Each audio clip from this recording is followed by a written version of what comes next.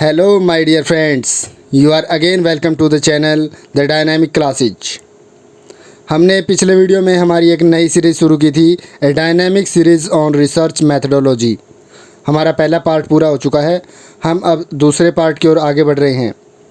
हमने पिछले वीडियो में रिसर्च प्रॉब्लम के कुछ बेसिक्स के बारे में बात की थी। आज हम जानेंगे कि हम हमारे रिसर्च प्रॉब्लम को या रिसर्च टॉपिक को किस प्रकार से तैयार करें।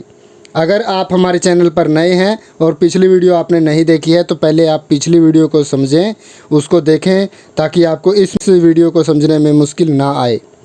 इसलिए इस सीरीज़ का पहला पार्ट ज़रूर देखें ताकि आपको रिसर्च मैथडोलॉजी की पूरी जो प्रोसेस है वो अच्छे से समझ में आ पाए।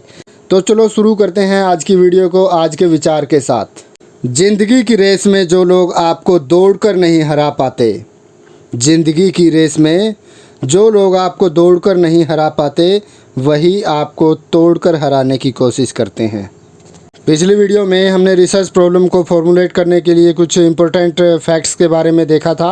अब हम बात करेंगे रिसर्च प्रॉब्लम को फॉर्मुलेट करने के प्रोसेस के अंदर आने वाले चरणों के बारे में, मतलब हम किस प्रकार से फॉर्मुलेट हम अपने प्रॉब्लम को कर सकते हैं, किस प्रकार से हम अपने टॉपिक को सिलेक्ट कर सकते हैं। हम आज इस वीडियो में उसकी बात करेंगे। सबसे पहले हम देखते हैं रेलिवेंट लिटरेचर की संक्षिप्त समीक्षा आपको करना अत्यंत आवश्यक होता है। रेलिवेंट लिटरेचर मतलब जिस विषय के ऊपर आपको शोध करना है, जिस विषय के ऊपर आपको रिसर्च करना है, उसके लिटरेचर का आपको पता होना चाहिए। यह ज्ञान रिसर्च प्रॉब्लम को व्यापक बनाने में बहुत मदद करता है। सर्च नॉलेज यानी डिस्कवरी के बिना किसी भी सब्जेक्ट एरिया को स्पष्ट और पर्याप्त रूप से अच्छे ढंग से टॉपिक को ढूंढ पाना बहुत मुश्किल हो जाता है। ग्रेजुएशन के बाद जिस फील्ड में आप काम करना चाहते हैं उसके बारे में सोचना एक अच्छा आइडिया हो सकता है। यदि आप एक युवा हैं और युवा कल्याण के क्षेत्र में आप रुचि रखते हैं तो आपको युवा कल्याण के ऊपर एक अच्छा शोध करने का विचार आप बना सकते हैं। रिसर्च प्रॉब्लम को निम्नलिखित प्रक्रिया से आप समझ सकते हैं। सबसे पहले आपको देखना होगा कि आपका बेसिक सब्जेक्ट क्या है। सपोज करो कि आपका बेसिक सब्जेक्ट इंग्लिश लिटरेचर है और आप अपने संपूर्ण प्रमुख विषय में से एक उपक्षेत्र का चयन कर सकते हैं। आप जब इंग्लिश लिटरेचर के बारे में विचार शुरू करते हैं तो आप पाते हैं कि इंग्लिश लिटरेचर को हम अब सिर्फ यूरोपियन कंट्रीज़ में ही नहीं देखते हैं, बल्कि इंग्लिश अब लगभग सभी देशों में एक राइटिंग लैंग्वेज के रूप में विकसित हो चुकी है। अब आप निर्धारित करो कि आपको किस देश का लिटरेचर पढ़ना अच्छा लगता है। मान लेते हैं आपको इंडियन इंग्लिश लिटरेचर अच्छा लगता है। विशिष्ट क्षेत्र तक पहुंचने के लिए आपको यह देखना होगा कि आपको किस क्षेत्र में सबसे ज़्यादा दिलचस्पी है। हमने सपोज किया था कि आप का बेसिक जो सब्जेक्ट है वो इंग्लिश लिटरेचर है और इंग्लिश लिटरेचर के सभी देशों में से आपको इंडियन इंग्लिश लिटरेचर सबसे अच्छा लगता है। अब इंडियन इंग्लिश लिटरेचर के अंदर भी आपको बहुत सारे राइटर्स मिलेंगे, नॉवलिस्ट मिलेंगे, पोइट मिलेंगे, एसेइस्ट मिलेंगे। इनमें से आपको एक का चयन करना होगा। ऐसा इसलिए है क्योंकि चयन के लिए आपकी रुचि सबसे महत्वपूर्ण होनी चाहिए। सबसे ज़्यादा ज़रूरी आपका इंटरेस्ट होना चाहिए। मतलब इंग्लिश लिटरेचर बहुत व्यापक है, बहुत वाइड इसका एरिया है, लेकिन आपको निर्धारित करना होगा कि आपको किस देश की राइटिंग सबसे अच्छी लगती है, जिसके ऊपर आप रिसर्च करना चाहते हैं उस देश की राइटिंग आपको उठानी होगी।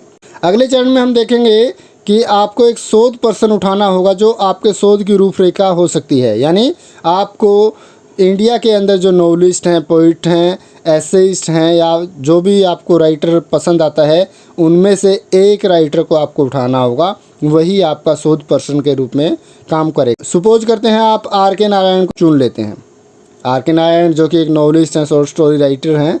आपने आर के नारायण को उठा लिया था और आपने उनके नॉवल द गाइड को चुन लिया।